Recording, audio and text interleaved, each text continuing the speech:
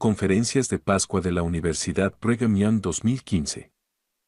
Él vive para bendecirme con su amor. Spencer J. Condie. El elder Spencer J. Condie era un miembro emérito del primer quórum de los 70. Hace unos 20 años, en una reunión de autoridades generales, el presidente Packer vino a la reunión y dijo: acabo de regresar de una reprimenda con el presidente Hinckley. Él dijo: Boyd, 5 de tus miembros del quórum han estado entrando y saliendo del hospital este mes. Tienes que aprender a cuidar mejor de ellos. Y yo le dije: mira, presidente, tienes que darme un poco de tregua. Estoy manejando un lote de autos usados y estos son modelos de alto kilometraje. Y, pues, agradezco esta invitación de tener un modelo de alto kilometraje uniéndose a estos jóvenes. Siempre he admirado el cabello del hermano Richardson, solo piensen en mí como un convertible. Estoy muy agradecido por esa hermosa interpretación musical porque es una introducción perfecta a lo que tengo que hablar esta noche. Hay docenas de himnos sagrados inspiradores que elocuentemente exaltan los atributos divinos del Hijo de Dios y testifican del amor de nuestro Salvador. Uno de estos himnos favoritos es Yo sé que vive mi Señor, de Samuel Medley, que enumera muchas de las formas en que el amor del Salvador se manifiesta en cada una de nuestras vidas personales. En las reuniones de testimonio, los santos fieles a menudo testifican de ocasiones en que han sentido fuertemente el amor del Salvador por ellos. Porque de tal manera amó Dios al mundo, que dio a su Hijo unigénito, para que todo aquel que en él cree no se pierda, mas tenga vida eterna. Porque no envió Dios a su Hijo al mundo para condenar al mundo, sino para que el mundo sea salvo por él. Es cierto que el Salvador del mundo vino para salvarnos, no para condenarnos. Pero salvarnos, a veces de nosotros mismos y de nuestras acciones imprudentes, a menudo requiere amonestación, como el mismo Señor explicó. A todos los que amo, también los disciplino para que se les perdonen sus pecados, porque con la disciplina preparo una manera para su liberación en todas las cosas fuera de la tentación, y los he amado. Algunos santos de los últimos días no entienden completamente la diferencia entre condenación y amonestación, asumiendo que los términos son equivalentes. El adjetivo casto es un sinónimo de puro. Por lo tanto, el verbo amonestar se refiere al proceso de purificación, no a la crítica severa o la condenación. El difunto elder Orson F. Whitney capturó bien este proceso. Amonesta mi alma hasta que esté en perfecta armonía contigo. Hazme más digno de tu amor y apto para la vida de arriba. La paciente y persistente tutoría del Salvador, al apóstol Pedro ejemplifica su amor por Pedro y es una metáfora para cada uno de nosotros. Al preparar a Pedro para eventualmente liderar la iglesia después de su crucifixión, resurrección y ascensión al cielo, el Salvador frecuentemente amonestó a Pedro como se registra a lo largo de los 4 evangelios.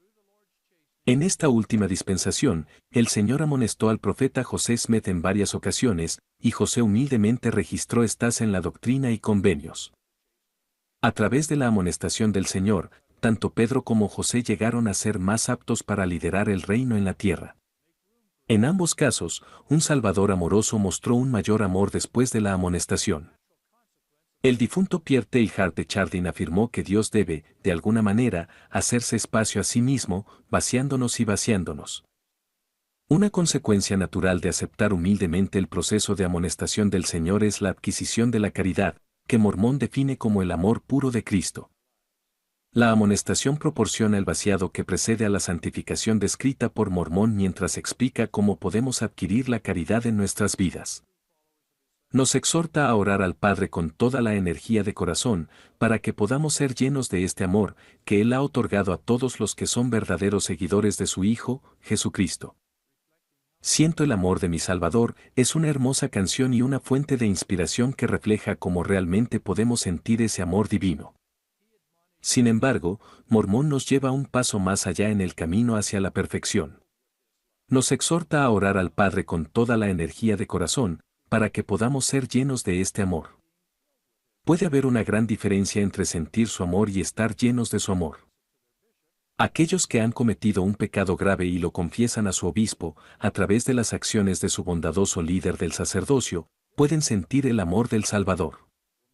Pero las personas que están llenas del amor del Salvador no habrán cometido el pecado en primer lugar. Cuando uno está lleno del amor puro de Cristo, no hay más espacio para la ira, la lujuria, el odio, el desánimo, la duda o el miedo, el orgullo o la envidia, porque un corazón lleno de amor está lleno. Entonces nos convertimos en establecidos y arraigados y cimentados en amor. En el sermón de bendición del rey Benjamín, enseñó que el hombre natural es enemigo de Dios y que podemos vencer al hombre natural cediendo a los atractivos del Espíritu Santo, volviéndonos como un niño, siendo sumisos, mansos, humildes, pacientes, llenos de amor. Alma aconsejó a su hijo misionero Siblón: usa de franqueza, pero no de aspereza, y también refrena todas tus pasiones, para que estés lleno de amor. Cuando los corazones de los jóvenes misioneros están llenos de amor, las aspiraciones distractoras por posiciones de liderazgo, la intolerancia hacia las peculiaridades de un compañero y la crítica hacia un nuevo entorno cultural se evaporan a medida que enfocan todos sus esfuerzos en edificar el reino de Dios. En la segunda epístola de Mormón, discute la importancia del bautismo, los primeros frutos del arrepentimiento. Y la remisión de los pecados trae mansedumbre y humildad de corazón, y por causa de la mansedumbre y humildad de corazón viene la visitación del Espíritu Santo, que el Consolador llena de esperanza y amor perfecto. El arrepentimiento es el proceso de vaciado que precede a la santificación del amor perfecto. Fue el amor perfecto del Salvador por su Padre, su amor perfecto por el plan de salvación, y su amor perfecto por toda la humanidad lo que lo fortaleció para la terrible tarea que tenía ante sí al acercarse al jardín de Getsemaní. Al entrar en el jardín, Marcos registra que comenzó a sentir temor y a angustiarse. Una cosa era ofrecerse para cumplir con el plan del Padre tal como se presentó en el consejo en los cielos, pero ahora tenía que enfrentar la dolorosa realidad de que sufrir por los pecados del mundo causaría incluso a él, el Hijo de Dios, temblar de dolor y sangrar por cada poro, y sufrir tanto en cuerpo como en espíritu. El presidente Gordon B. Hinckley declaró: no habría Navidad si no hubiera habido Pascua. El bebé Jesús de Belén sería solo otro bebé sin el Cristo Redentor de Getsemaní y el Calvario, y el hecho triunfante de la resurrección.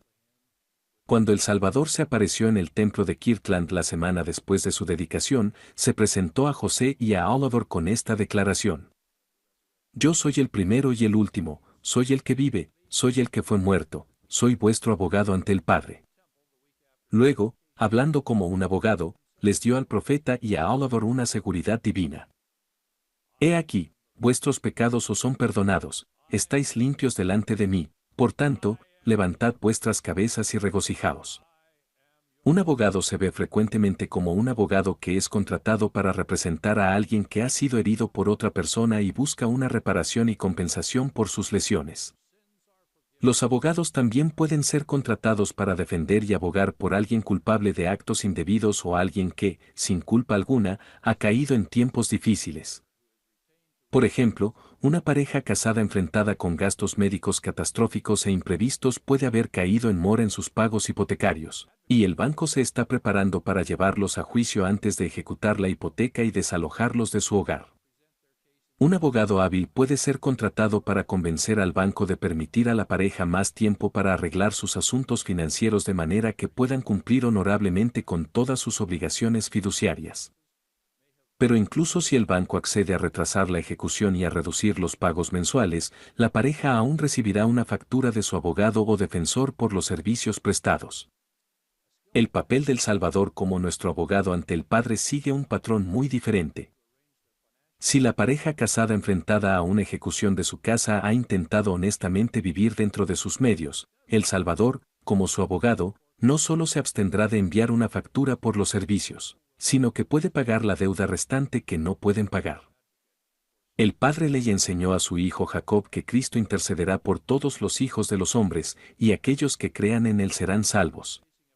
Jacob más tarde amplió la enseñanza de su padre al declarar: el Señor y tu Dios aboga la causa de su pueblo. He aquí, he quitado de tu mano la copa de temblor, los sedimentos de la copa de mi furor, nunca más la beberás. Nunca podremos reembolsarle por su sacrificio expiatorio como nuestro abogado ante el Padre, porque es por gracia que somos salvos, después de todo lo que podemos hacer. Porque Él ha respondido a los fines de la ley, y reclama a todos aquellos que tienen fe en Él, y los que tienen fe en Él se aferrarán a toda cosa buena, por lo tanto, aboga la causa de los hijos de los hombres, y mora eternamente en los cielos. Hay muchos objetos diferentes de hambre además de la comida. Los padres de misioneros pueden tener hambre de un correo electrónico que les asegure que su misionero favorito está bien. Las viudas solitarias anhelan una visita ocasional de sus hijos y nietos. Luego está el hambre por la palabra de Dios. En el sermón en el templo dado a los nefitas, el Salvador dijo: Y bienaventurados son todos aquellos que tienen hambre y sed de justicia, porque serán llenos del Espíritu Santo. Me impresionaron los santos checoslovacos y su hambre y sed de las cosas de justicia. 5 años antes de la caída del comunismo, la República Socialista Soviética Checoslovaca ejercía estrictas restricciones sobre los materiales religiosos.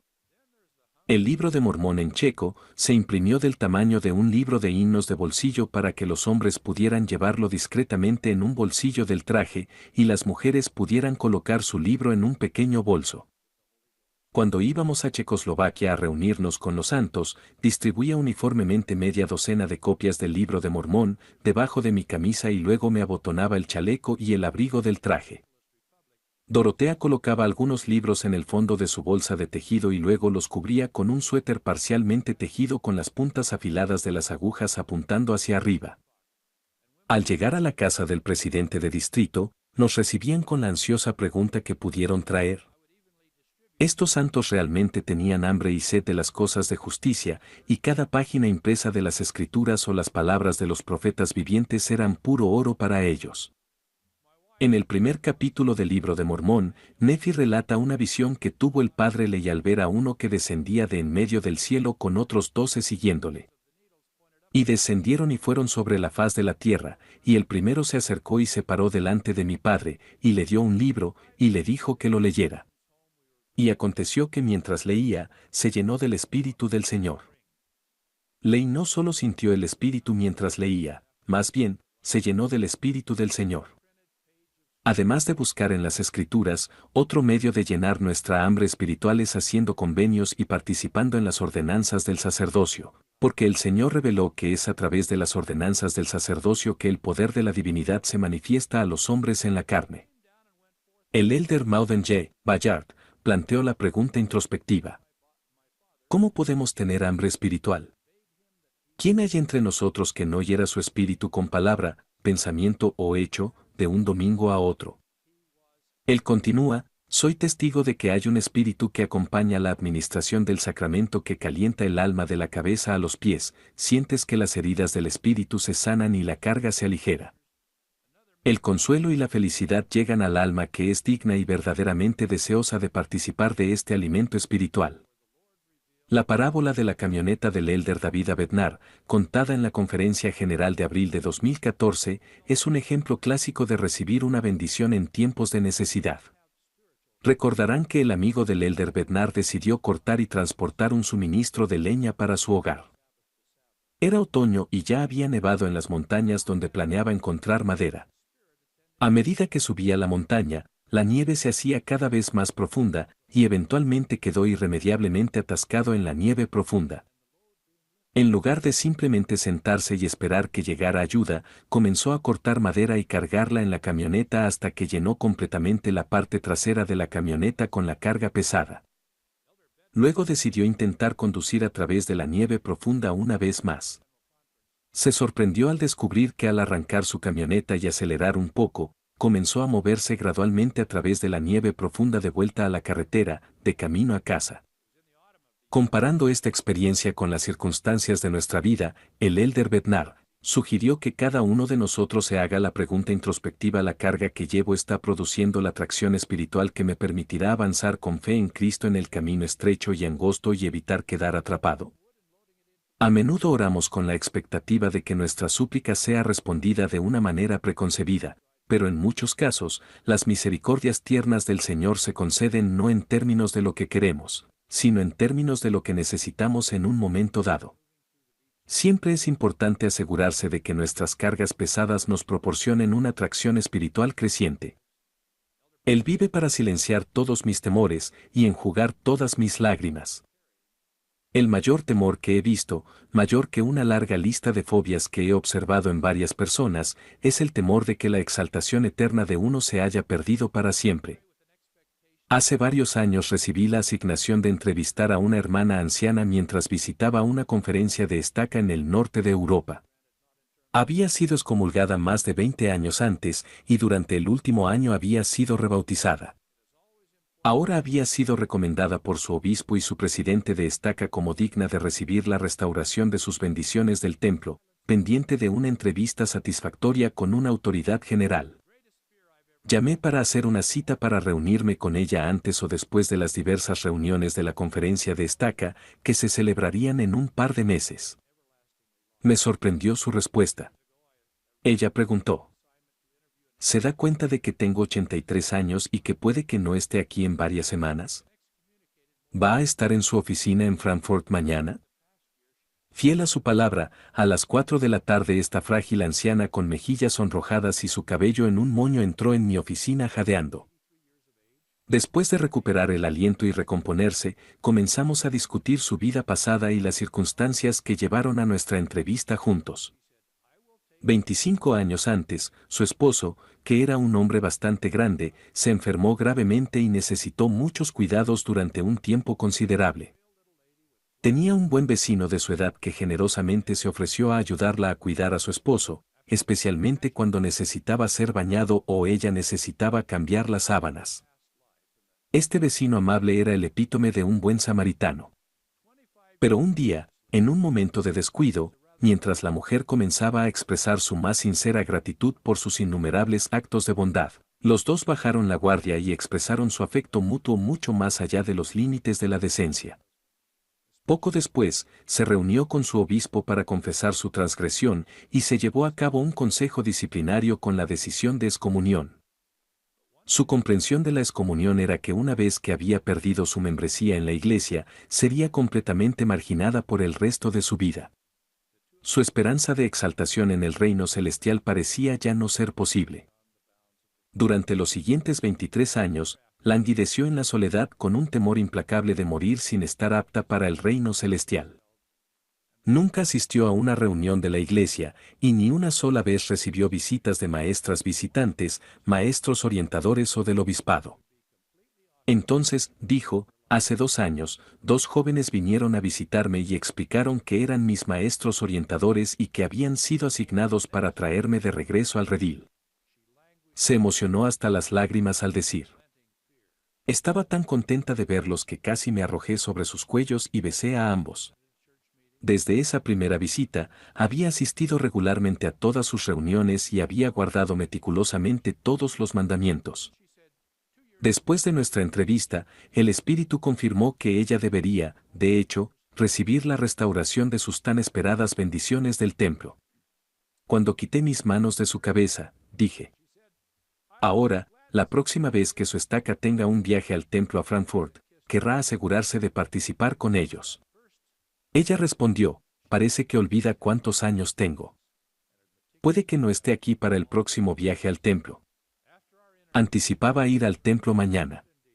Llamé al presidente del templo y arreglé para que ella participara en varias ordenanzas en el templo de Frankfurt antes de regresar a casa. El amor redentor del Salvador, de hecho, había silenciado todos sus temores y enjugado todas sus lágrimas. Hace varios años, mi compañero de visitas y yo estábamos en medio de una visita a una de las familias de nuestro barrio durante la temporada navideña. De repente, nos sorprendimos al ver a uno de sus hijos adolescentes irrumpir por la puerta con el brazo inferior envuelto en un paño para detener el sangrado de un gran corte en su muñeca. Este era su hijo problemático que se había vuelto adicto a las drogas. Estaba obviamente drogado mientras procedía a derribar el árbol de Navidad decorado y comenzó a pisotear todos los adornos mientras blasfemaba el nombre de la deidad con los términos más profanos. Luego reprendió a su padre con un lenguaje vil y luego llamó a su madre los nombres más despectivos imaginables. Nos sentimos impulsados a invocar el poder del sacerdocio para ordenar a Satanás que se apartara de ese hogar, y el joven de repente se fue. Los padres estaban devastados, avergonzados y humillados por las acciones de su hijo, especialmente en presencia de los maestros orientadores. Confesaron contritos su fracaso como padres y esperaban que el Señor los perdonara por sus insuficiencias. Les preguntamos, ¿cuándo fue la última vez que asistieron al templo? Respondieron, ¿cómo podemos ir al templo cuando tenemos este tipo de espíritu en nuestro hogar? Nos aseguramos de que ambos tuvieran recomendaciones vigentes y luego, una vez más, los instamos a ir al templo. La semana siguiente pasamos a ver cómo iban las cosas en su hogar. Su hijo había sido arrestado y asignado a un estricto programa de rehabilitación y había un rayo de esperanza en sus vidas. Luego describieron el dulce, calmante espíritu que sintieron durante su reciente visita al templo. La madre dijo, incluso nos invitaron a ser la pareja de testigos. Luego, con lágrimas corriendo por sus mejillas, dijo, tal vez eso sea una señal de que el Padre Celestial no se ha rendido con nosotros después de todo.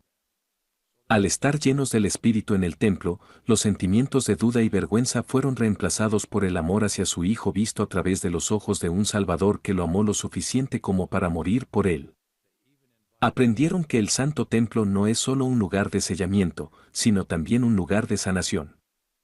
El vaciado de nuestras vidas nos prepara para la santificación que proviene del amor de nuestro Salvador a medida que comenzamos a emularlo. La tumba vacía esa primera mañana de Pascua es una metáfora conmovedora del vaciado que precede a la santificación. La voluntad del Hijo siendo absorbida por la voluntad del Padre. El Salvador testificó, yo he venido para que tengan vida, y para que la tengan en abundancia. Todo su evangelio irradia abundancia en lugar de escasez, inclusión en lugar de exclusión. Realmente vivimos en la dispensación de la plenitud de los tiempos. En el inspirador discurso sobre la fe, el autor de Hebreos se refiere a la gran fe de Abel, Enoc, Noé, Abraham y Sara y concluye. Todos estos murieron en fe, sin haber recibido las promesas, pero viéndolas de lejos, y persuadidos de ellas, y abrazándolas. El Salvador recordó a aquellos que habían observado sus muchos milagros y habían escuchado sus inspiradores sermones que muchos profetas y justos desearon ver las cosas que vosotros veis, y no las vieron, y oír las cosas que oís, y no las oyeron. Hemos vivido para ver el cumplimiento de esta promesa. Mientras el Salvador preparaba a sus discípulos para su inminente partida, les prometió que el que en mí cree, las obras que yo hago, él las hará también, y mayores obras que éstas hará, porque yo voy al Padre. Cuando el Salvador profetizó que sus discípulos harían incluso mayores obras que él, esto puede haber sido cierto en términos del número de bautismos de conversos y la cantidad de ordenanzas del templo realizadas, pero nunca debemos olvidar que él creó la tierra bajo la dirección del Padre y que él posee las llaves de la resurrección. El amor y la confianza infinitos del Padre y del Hijo se manifiestan al compartir su poder y autoridad del sacerdocio del santo sacerdocio, según el orden del Hijo de Dios con hombres imperfectos en la tierra. Los hombres dignos han sido autorizados para realizar ordenanzas sagradas con la promesa a todos los que se vuelvan puros y permanezcan fieles de que todo lo que mi Padre tiene les será dado. Es a través de las ordenanzas del santo sacerdocio que el poder de la divinidad se manifiesta a los hombres en la carne. A través de la realización y recepción de ordenanzas sagradas, el cielo se acerca más a la tierra, por así decirlo, y al guardar los convenios inherentes a estas ordenanzas, somos edificados y purificados. Muchas de estas ordenanzas sagradas se realizan solo en la casa del Señor, y su invitación se extiende a todos a arrepentirse y volverse dignos de entrar en su santa casa para recibir ordenanzas salvadoras para sí mismos y realizar estas ordenanzas vicariamente por aquellos que han pasado más allá. El autor de Hebreos escribió que Cristo obtuvo un ministerio más excelente, por cuanto es mediador de un mejor pacto, establecido sobre mejores promesas.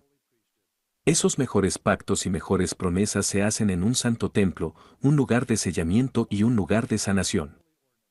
Las ordenanzas del Evangelio restaurado, incluido el nuevo y eterno convenio, no solo nos unen como familias para la eternidad, sino que también nos ayudan a purificarnos al renovar nuestros convenios en recintos sagrados.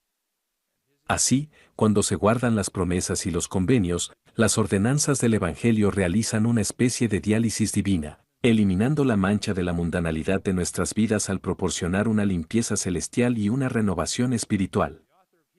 Moroni concluye el registro de su padre, Mormón, con la promesa de que el que reciba este registro, y no lo condene a causa de las imperfecciones que hay en él, ese conocerá cosas mayores que éstas.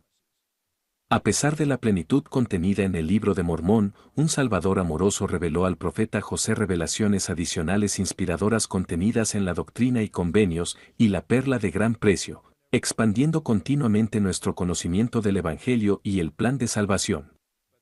La bendición del Señor por pagar nuestro diezmo es otro ejemplo de la vida abundante en la que prometió abrir las ventanas de los cielos y derramar sobre vosotros bendición hasta que sobreabunde. Y a aquellos que guardan fielmente sus convenios del templo se les da la promesa de que la gloria que reciben será una plenitud y una continuación de la descendencia para siempre jamás.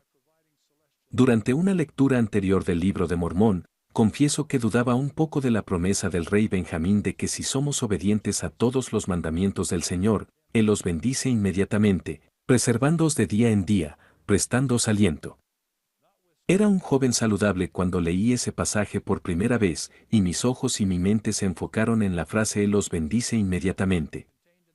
En ese momento consideré que esa promesa era un poco extravagante, sin embargo, con el paso de los años, he conocido a muchos santos fieles que sufren problemas respiratorios graves o insuficiencia cardíaca congestiva que les obliga a tener el apoyo continuo de un tanque de oxígeno.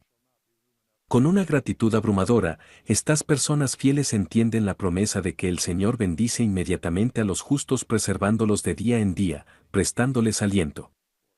Aquellos que sufren diariamente de diversas enfermedades pueden encontrar gran consuelo en la profecía de Alma con respecto a la expiación infinita del Salvador. Y Él tomará sobre sí la muerte, para soltar las ligaduras de la muerte que atan a su pueblo, y tomará sobre sí sus enfermedades. El elder Bruce Seafen nos recuerda que la expiación no es solo para los pecadores. Karen es una de nuestras buenas vecinas, y está en sus 70 y tantos años. Su primer esposo falleció hace unos 12 años después de haber servido fielmente como obispo. Un par de años más tarde se casó con otro vecino, Gary, que había perdido a su esposa, y estos dos recién casados aceptaron un llamamiento misional para servir en toda la región del Pacífico Sur como misioneros de historia familiar. Su impacto positivo se sentirá por toda la eternidad. Mientras estaban en su misión, Karen experimentó algunos síntomas médicos inquietantes y después de regresar a casa, fue diagnosticada con una enfermedad hepática grave.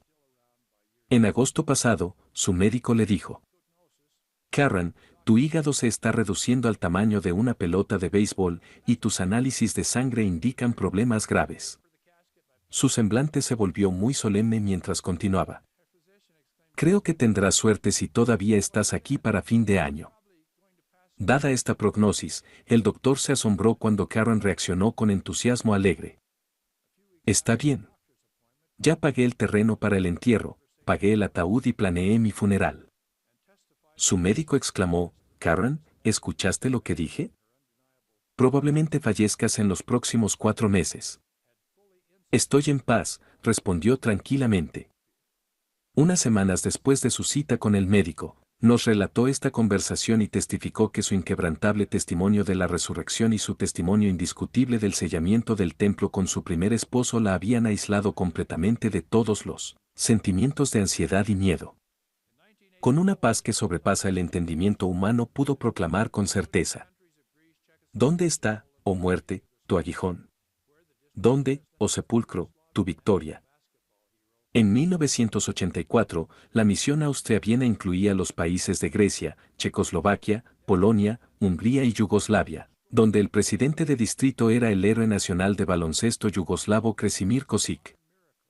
Como joven de 6 pies y 11 pulgadas de altura, Creso había deslumbrado a los fanáticos de toda Europa con sus extraordinarias habilidades en el baloncesto. Luego, en 1970, a través de una serie de milagros modernos, este ateo de 22 años llegó a Provo, Utah, para jugar baloncesto para los Cougars de la Universidad Brigham Young.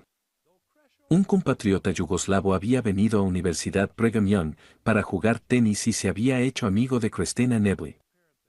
Ella, a su vez, se hizo amiga de Creso, y pronto lo invitó a conocer a su famoso padre, Hugh. Creso aún estaba luchando con el inglés, Hugh pacientemente comenzó a enseñarle el Evangelio, y pronto quedó claro que Creso no era un atleta ordinario.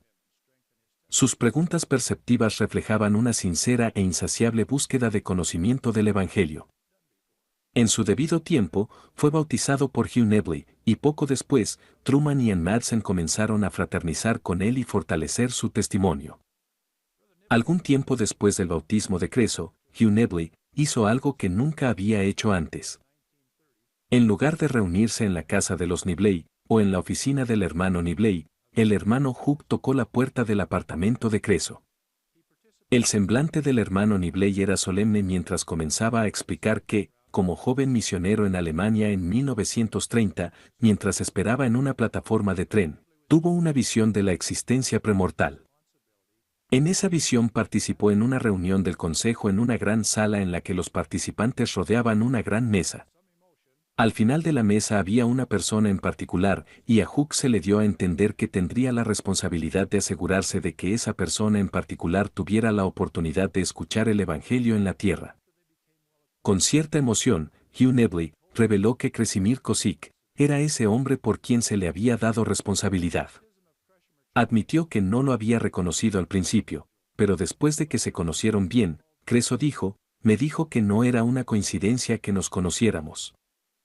El bautismo de Kresimir Kosik no fue solo el bautismo de un individuo, sino lo que el presidente Monson llamó la clave para abrir el país de Yugoslavia a la predicación del Evangelio. Después de una extraordinaria carrera universitaria en Universidad Brigham Young, Creso recibió ofertas lucrativas para jugar en la NBA, pero las rechazó de plano porque sentía una necesidad apremiante de regresar a su tierra natal y usar su fama en el baloncesto como un medio para presentar el Evangelio a sus compatriotas nativos. A menudo cantamos estas frases familiares y las aplicamos solo a nuestras vidas personales. Él vive para preparar mi mansión. Él vive para llevarme a salvo hasta allí. En la casa de nuestro Padre hay muchas mansiones, y Él ha proporcionado ordenanzas sagradas para ayudar a ordenar nuestras vidas y prepararnos para seguir el camino hacia la perfección de regreso a su presencia. Pero cada uno de nosotros tiene la obligación de asegurar que aquellos que nos rodean también reciban la misma oportunidad que hemos recibido, y estamos obligados a ayudar a preparar a otros y llevarlos a salvo hasta allí. Creso entendió esto cuando regresó a casa. En segundo Nefi, el Señor declara 2 veces en 2 versículos: soy capaz de hacer mi propia obra. De hecho, Él es capaz de hacer su obra sin ninguna ayuda de nuestra parte, pero porque Él y su Padre desean que crezcamos y nos desarrollemos y nos volvamos como ellos. Cada uno de nosotros está invitado a asistirles en llevar a cabo la inmortalidad y la vida eterna de todos los hijos de nuestro Padre Celestial. Porque de tal manera amó Dios al mundo, que dio a su Hijo unigénito, para que todo aquel que en Él cree no se pierda, mas tenga vida eterna. Nadie tiene mayor amor que este, que uno ponga su vida por sus amigos. Sé que mi Redentor vive y nos ama a cada uno de nosotros. En el nombre de Jesucristo, amén.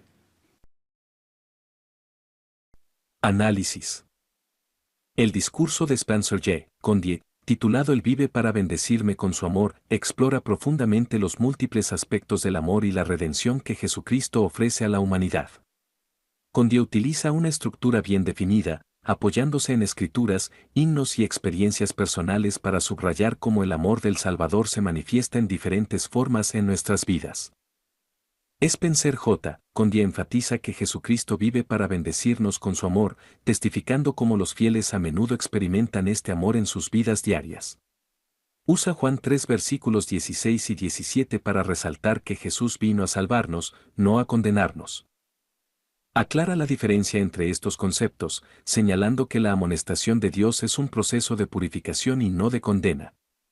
Utiliza ejemplos bíblicos y modernos para ilustrar cómo la corrección divina nos prepara para mayores responsabilidades y bendiciones. Explica que aceptar humildemente la amonestación de Dios lleva a la adquisición de la caridad, el amor puro de Cristo, según Moroni 7 versículo 48.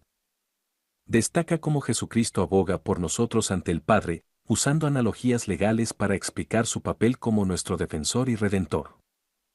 Habla sobre la hambre espiritual y cómo se satisface a través del estudio de las Escrituras, las ordenanzas y los convenios del sacerdocio. Ilustra cómo las cargas pesadas pueden proporcionar tracción espiritual, usando la parábola de la camioneta del Elder Bednar. Relata experiencias personales para mostrar cómo el amor redentor de Cristo puede calmar nuestros corazones afligidos y aliviar nuestros miedos. Concluye hablando de la esperanza y la certeza de la vida eterna a través de la obediencia a los mandamientos y la recepción de las ordenanzas del templo. El discurso de Spencer J. Condie es rico en referencias escriturales y personales, lo que lo hace profundamente resonante y aplicable. Utiliza una narrativa accesible y llena de ejemplos prácticos que permiten a los oyentes relacionarse fácilmente con los principios enseñados. La frecuente referencia a las escrituras y los himnos ayuda a reforzar su mensaje y a conectar con una audiencia que valora estas fuentes de inspiración. Las anécdotas personales y las historias de otros miembros de la Iglesia proporcionan una conexión emocional y hacen que los conceptos teológicos sean más tangibles y comprensibles. La distinción entre amonestación y condenación es crucial, ya que ayuda a los miembros a entender mejor la naturaleza del amor y la corrección divina. El discurso de Spencer J. Condie ofrece una profunda reflexión sobre el amor redentor de Jesucristo y cómo este amor se manifiesta en nuestras vidas diarias.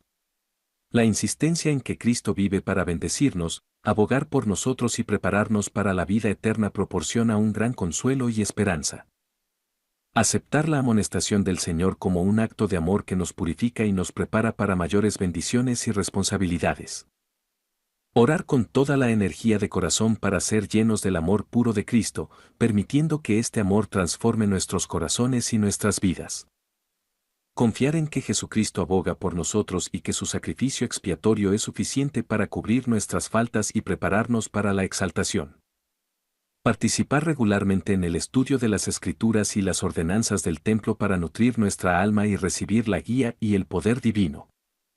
Permitir que nuestras cargas proporcionen tracción espiritual, llevando nuestras preocupaciones y miedos al Señor y confiando en su amor y misericordia.